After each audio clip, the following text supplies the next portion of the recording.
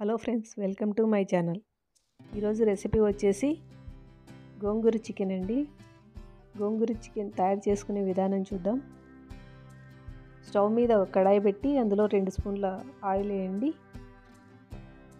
ఒక 100 గ్రాముల గోంగూర ఆకులు ఒలుసుకున్నది, చిన్నవి 4 కట్టలు ఆకులు మాత్రమే వేయండి.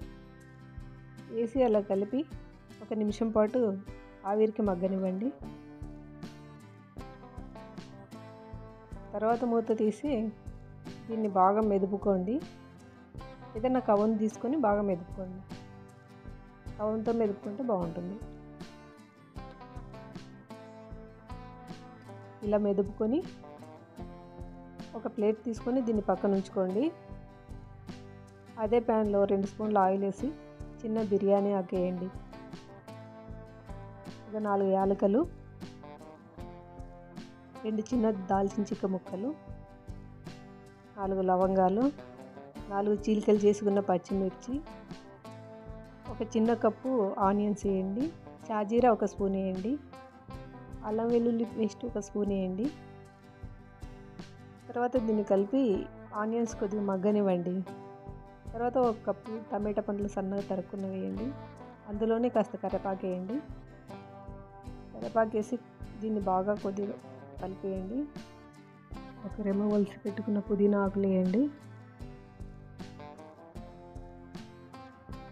1 స్పూన్ సాల్ట్ వేయండి.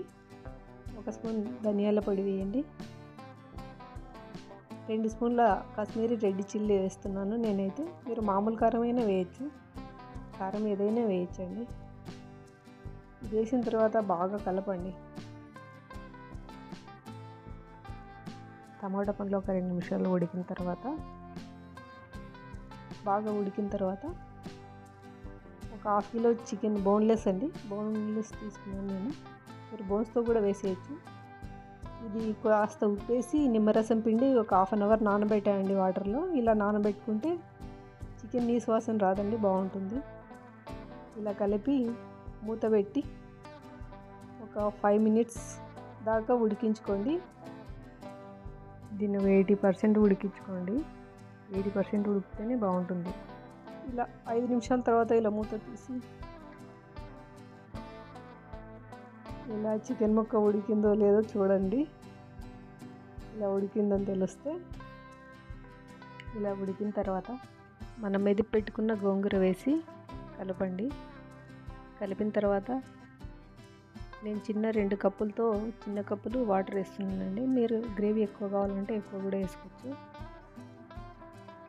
ఇలా 2 కప్పుల వాటర్ వేసిన తర్వాత బాగా కలిపి మూత పెట్టి ఒక 2 నిమిషాలు ఉంచండి.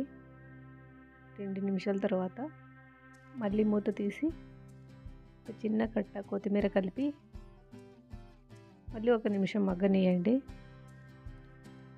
1 నిమిషం మగ్గిన తర్వాత రెడీ అండి గోంగూర చికెన్. ఇది ఎందులోకైనా కాంబినేషన్ బాగుంటుందండి. వీడియో నచ్చితే ఛానల్ సబ్స్క్రైబ్ చేయండి, నోటిఫికేషన్ బెల్ ఆన్ చేసి లైక్ చేయండి, షేర్ చేయండి. Thank you for watching video.